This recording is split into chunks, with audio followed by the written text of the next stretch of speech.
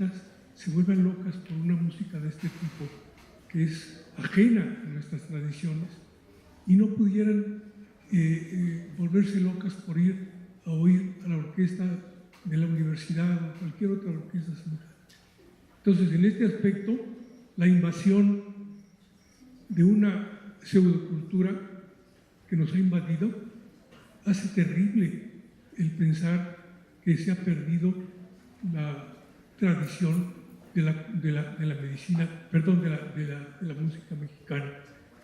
¿Quién en este momento podría pensar que un joven de esa edad pudiera disfrutar de la música popular, digamos, de la música popular mexicana, que tuvo su auge a mediados del siglo pasado, y que realmente en aquella época yo sentía que la gente culta un poco la despreciaba?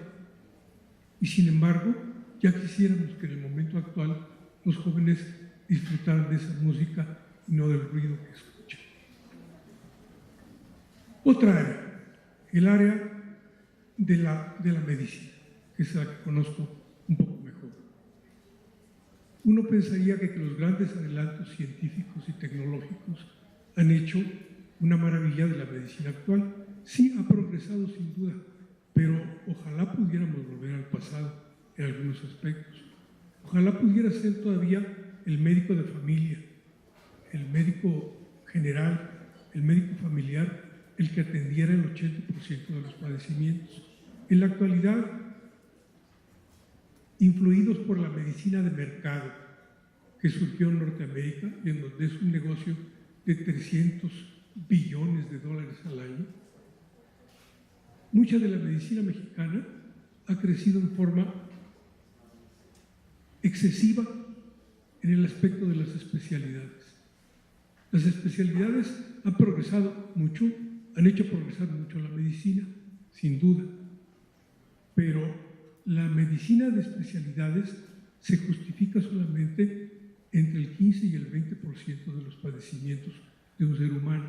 Y la medicina de mercado hace que todas las personas en el momento en que tienen cualquier padecimiento vayan a uno de estos hospitales grandes a buscar el recurso para cosas sencillas y hagan que la familia gaste 30 o 40 mil pesos en estudios de un día que son completamente innecesarios.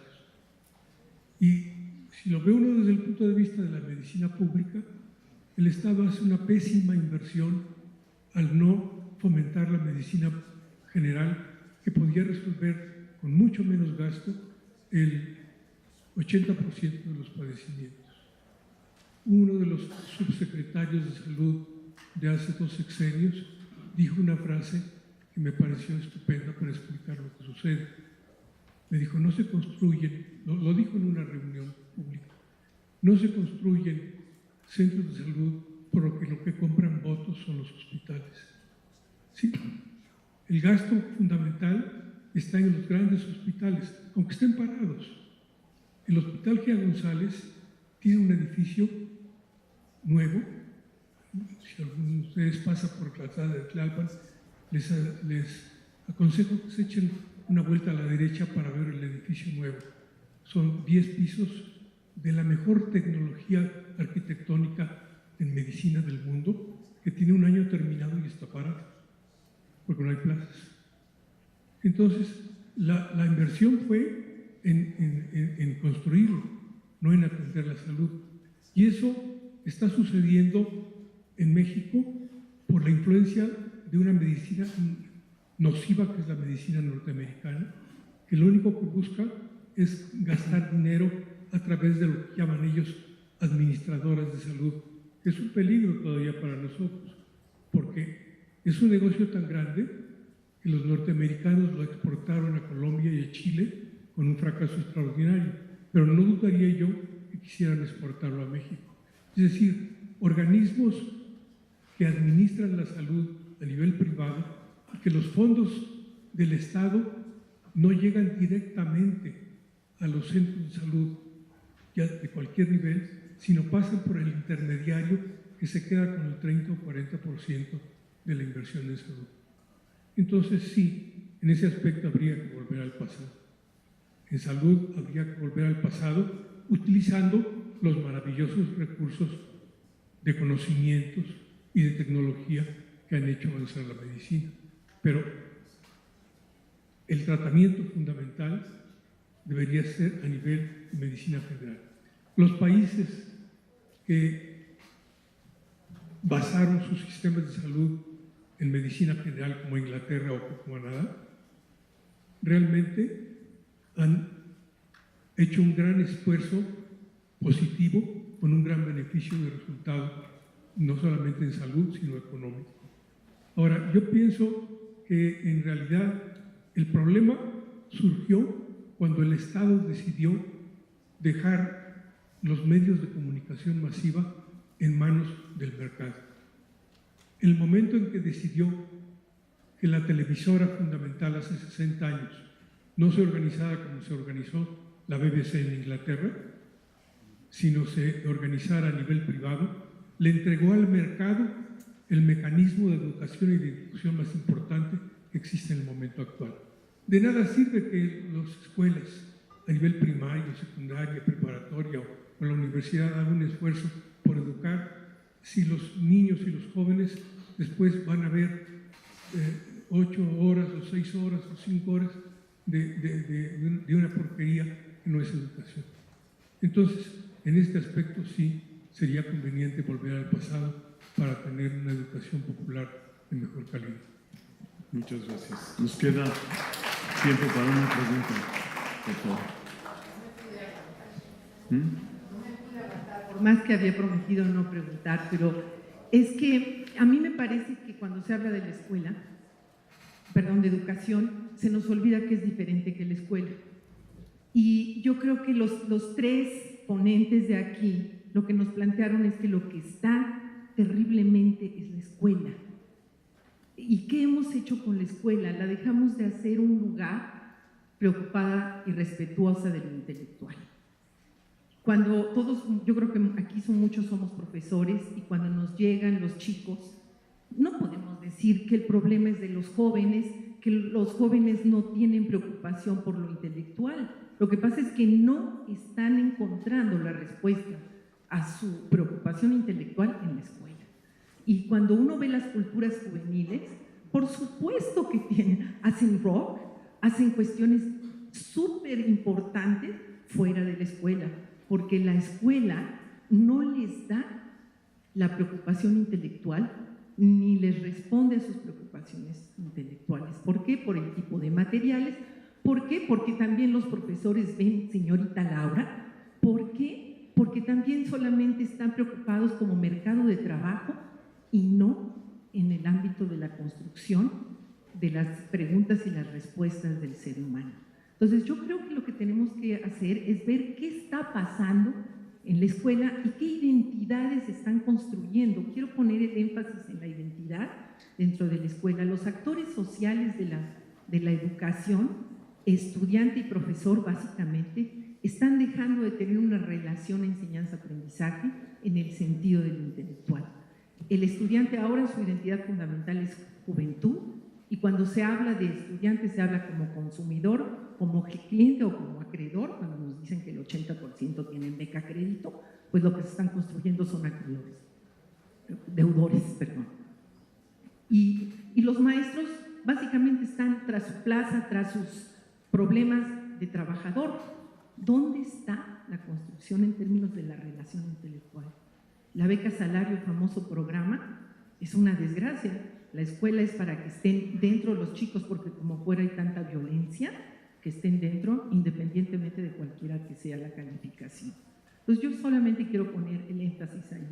A mí no me gusta que se hable de que los jóvenes no tienen una problemática intelectual, que están preocupados por cuestiones muy por encimita, porque no es cierto. No lo encuentran en la escuela, que es otra cosa. Bueno, estamos sobre el tiempo. Rolando, por favor.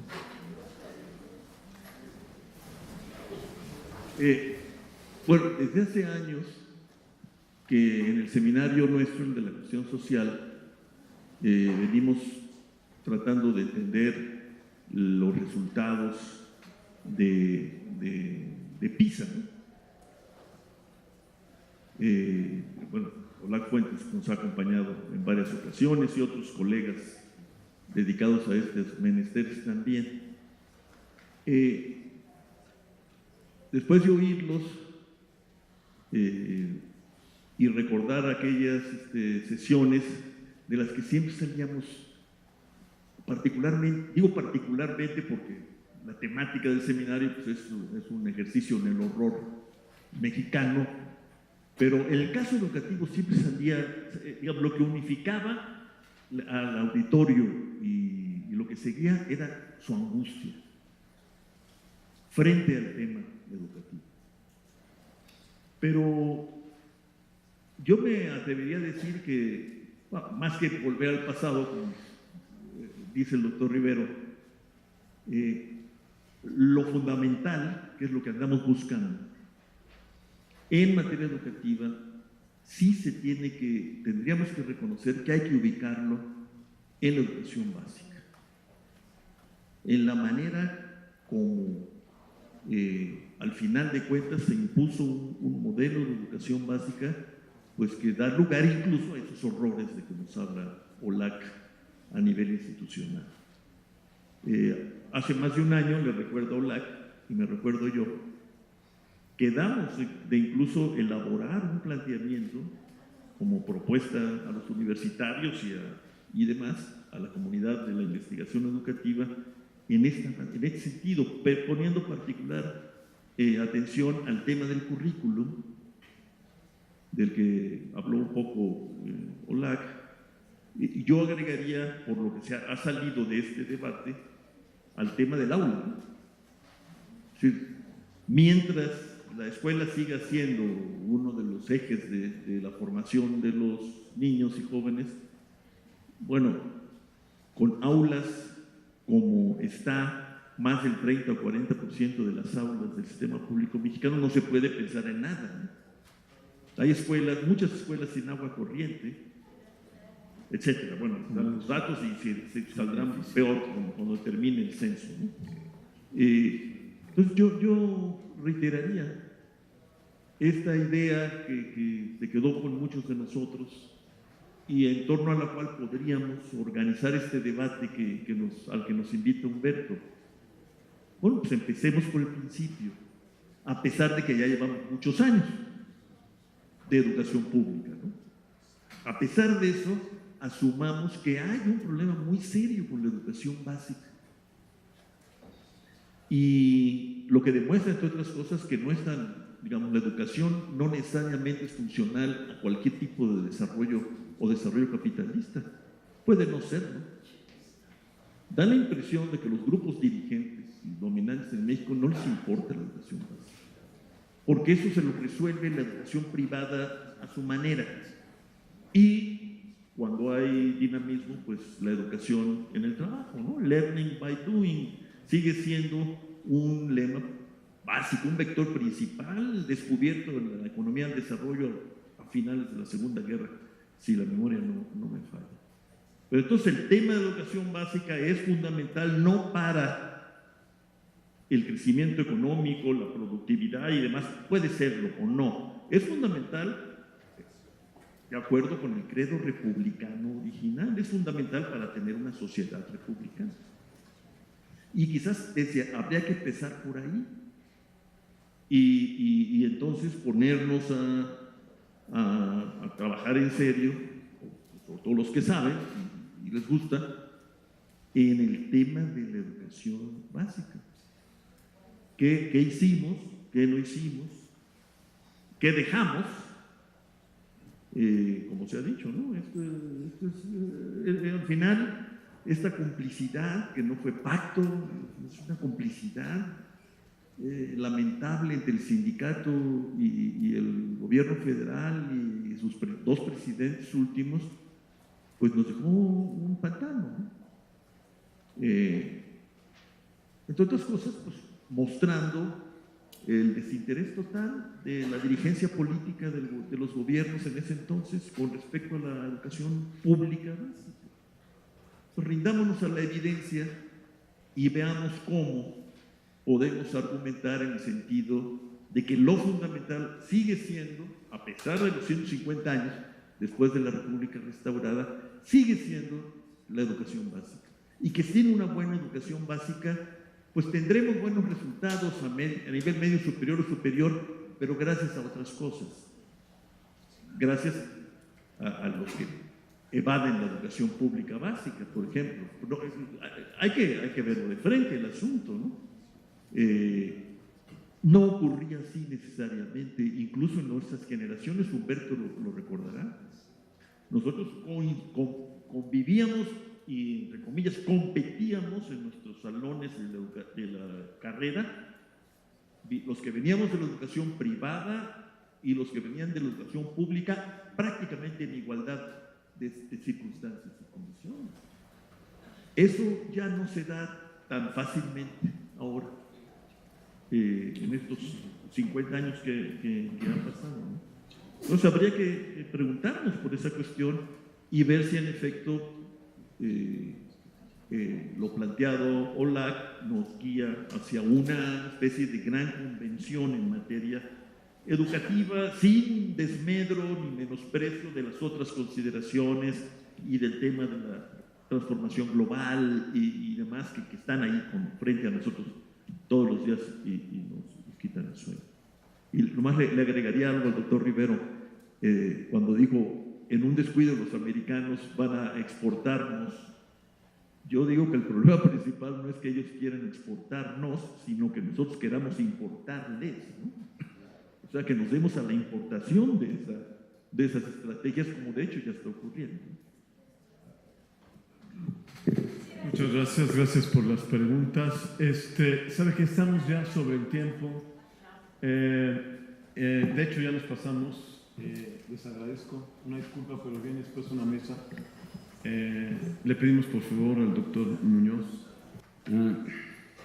Tal vez voy a empezar